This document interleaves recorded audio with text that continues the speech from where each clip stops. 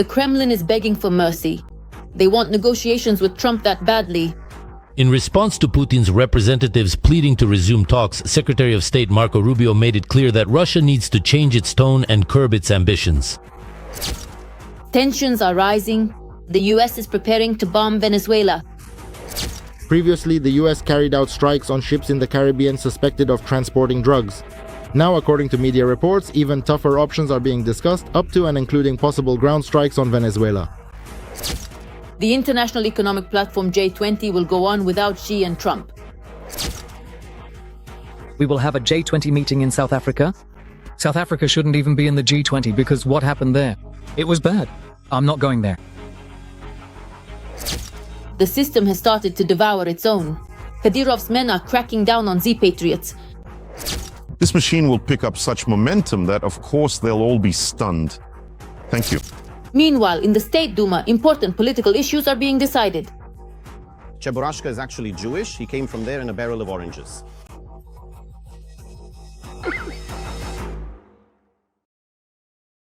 We'll talk about all this and more on the YouTube channel Ukraine Today. This is the main news. Thank you for watching. Please don't forget to like this episode. So, rumor has it that Putin has fled Moscow. The dictator sensed danger and bolted to Valdai, to his residence that's even more secure than all of Moscow. We'll tell you how the bunker man tries to keep up appearances, pretending to be with his people instead of relaxing far from the strikes of the Ukrainian armed forces. The secrets of Putin's offices. It turns out that the Russian dictator has been hiding for years exactly where he is and from where he governs the country. For the past 10 years, we've constantly seen Putin in this very office. The bright, functional office covering 120 square meters is located on the second floor of the new representative building in Novo Ogaryovo. Outside the window, there's 1.5 kilometers of forest. You can't just peek inside from the street. That's where Putin makes important calls, holds video conferences, and meets with people. And according to Kremlin reports, Putin spent almost the entire 2020 to 2021 pandemic working there. Or did he? After studying dozens of hours of broadcasts from the program Moscow, Kremlin, Putin, archives from the Kremlin website, government procurement documents, building plans, routes of Putin and his entourage, as well as hotel bookings and business trips of state TV employees, journalists from the Sistema project have established that since 2015, exact replicas of the suburban office have been created for the dictator to conceal his actual location at any given moment. The Kremlin uses these replicas to create the illusion that Putin is working in the Moscow suburbs. In reality, a significant portion of the footage, supposedly from the Moscow region, was filmed in decoy offices far from Moscow. As of today, at least 3 absolutely identical offices are known to exist in different parts of Russia. In Novo Ogaryovo in the Moscow region, the Sochi residence Bocharov-Ruche, and in Valdai. Each of them replicates the original interior down to the smallest details. This includes the color of the walls, the arrangement of the furniture, and decorative elements, so that viewers cannot tell one room from another. The complex system of duplicate offices allowed the dictator to record addresses and hold meetings from different parts of the country, creating the illusion of stability and a constant presence in the same office. Despite the apparent identicalness of the rooms, journalists have uncovered small but telling differences. The height of the door handles, lines on the walls, and the arrangement of folders on the desk.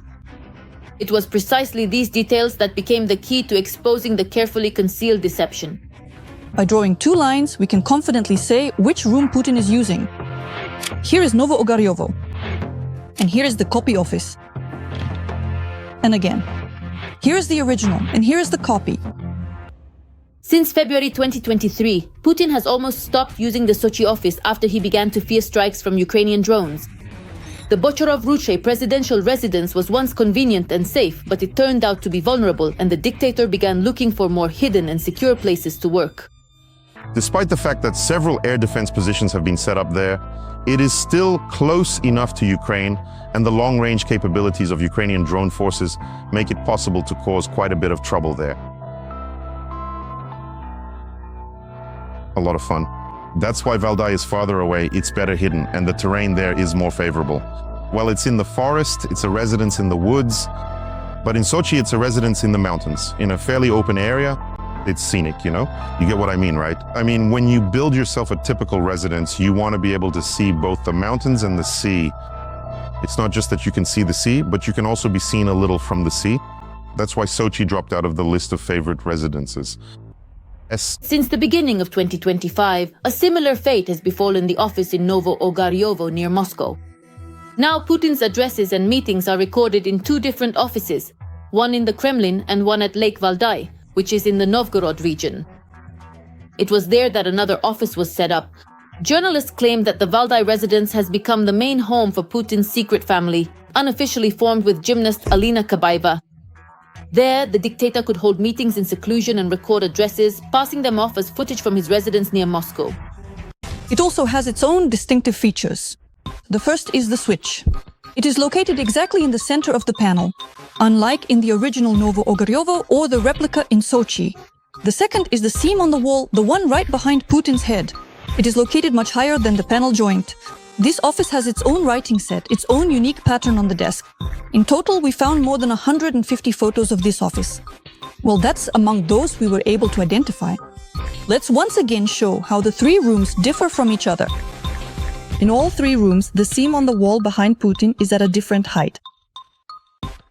This is how the positions of the door handles differ. This is how the thermostats are located in different places. And this is what the desk and the document folder look like. Analysis of video materials and movement routes showed that, despite the apparent work in Novo-Ogaryovo, Putin could actually have been in any of the three mentioned offices. Journalists recorded how, on the same day, the president would appear in an office with one type of renovation, then a few hours later in another, and then back in the previous one. Since around 2018, there has been a process of complete merging between the personal comfort of the president's physical body, his actual body, and the needs of the state. In other words, the king's body ceases to be a human body and becomes a vast state hyperobject within which clinics, secret residences, and a second family appear. By the way, in parallel with the first, he did end up divorcing his wife.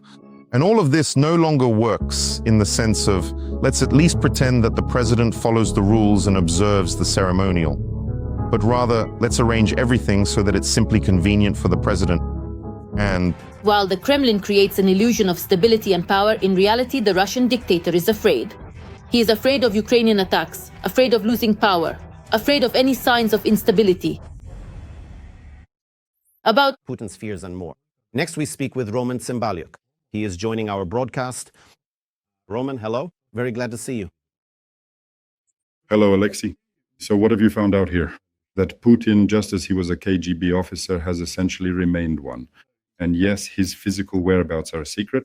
And when I was still working in Moscow, asking the press service for the president's schedule, which, as is clear for heads of state, is usually planned in advance, was absolutely impossible. That is, even before the war, they would announce Putin's visit to a particular region of Russia, literally the day before. In other words, he's been afraid for his own skin for quite a long time, and now I think it's absolutely justified. And judging by how things are developing with all our pros and cons, and sometimes it seems like there are way too many cons, nevertheless, our military technologies are advancing. Technologies, primarily missile technologies, mean it's time for him to build another residence somewhere on the other side of the Ural Mountains. He already has one there, but the bunker in principle can be further reinforced. And after this incident, of course, they'll take things like panels and switches much more seriously, so that no one can figure out where he is, who he's with, and so on. Speaking of the schedule, Roma, it reminds me of Yanukovych in Ukraine, who also had a schedule on the president's website, and we used to pester his office and his press secretary about it back then. There, too, it was always things like working with documents, phone calls with partners, or some other nonsense. But there, all of this was justified and explained by his sybaritism, yes, and not a dislike of work, but a love of luxury and living a lavish life. With Putin, of course, all of this is explained by fear. At Valdai, not at Valdai, deeper, even deeper. It doesn't matter where he's hiding now, it's clear that he's afraid and looking for hiding places. And that's also very good. But what problems could this cause for him? The fact that the dictator isn't in Moscow and he's very far from the levers of power. And after all, discontent is growing among those around him. So how could this all end? Well, if Yanukovych was a Sybarite, then obviously Putin is a hedonist. But all these years, he started living this way quite a long time ago, it seems to me, even before the full-scale invasion. Of course, back then, Russia didn't have so many problems or so many corpses, and he managed to fake it all, and we need to acknowledge that. But I, in a way, even understand, here's the nuance. It's not just Ukrainians who want to take Putin out, Ukrainian intelligence services too. The thing is, the further this goes, the more he becomes an enemy of the Russian people, and sooner or later, even over there, they'll realize it. And since he's massively interfering with the lives of other players, his moaning about missiles. Do you remember how Moscow reacted when Donald just started talking about tomahawks? I mean, well, the situation was teetering on the very edge of hysteria and a truly emotional breakdown. So for now, at this point in time, I can't make any predictions because this is really an unpredictable situation. Are Russians in principle ready to overthrow him? Are there any influential groups? It seems that for now, the answer is more no than yes. But if they do become ready, if there's some kind of internal unrest, then in theory, they'll drag him out by his feet and hang him no matter which residence he's in. But again, let me repeat this thought. They're always looking at Iran, for example. They were genuinely very impressed by the way Israel managed to take out the Iranian leadership. Sometimes the methods involved pagers, and at other times it was rockets flying directly into their apartments, along with all sorts of other things like that. And they take all of these various aspects into careful account when planning their routes, choosing hiding places, considering detours, and so on. Then I'm curious, Roma, to hear how you interpreted Rubio's latest statement that supposedly there are no more economic levers left to use against the United States in terms of sanctions. Maybe he was hinting at a different fate for Putin, that if we can't act economically, then we'll have to use some other levers, right? Every voice matters. Join our community, support independent journalism and help us bring you the truth from Ukraine. Become a member of Ukraine Today. Join us now. It seems to me that our American partners are downplaying things a bit when they say they don't have any options left. I see. But even in this statement, personally, I see more optimism than the opposite because sanctions have already been imposed against all Russian oil and gas companies. There simply aren't any others left. And it's very important to note Rubeva's words, that now we will focus on enforcing the already implemented sanctions packages and on combating the shadow fleet. So if we're talking exclusively about the oil sector, then this work itself is what sanctions are. Because, well, let's remember, Surgutneftegas was sanctioned quite a while ago, but they still kept trading their raw materials.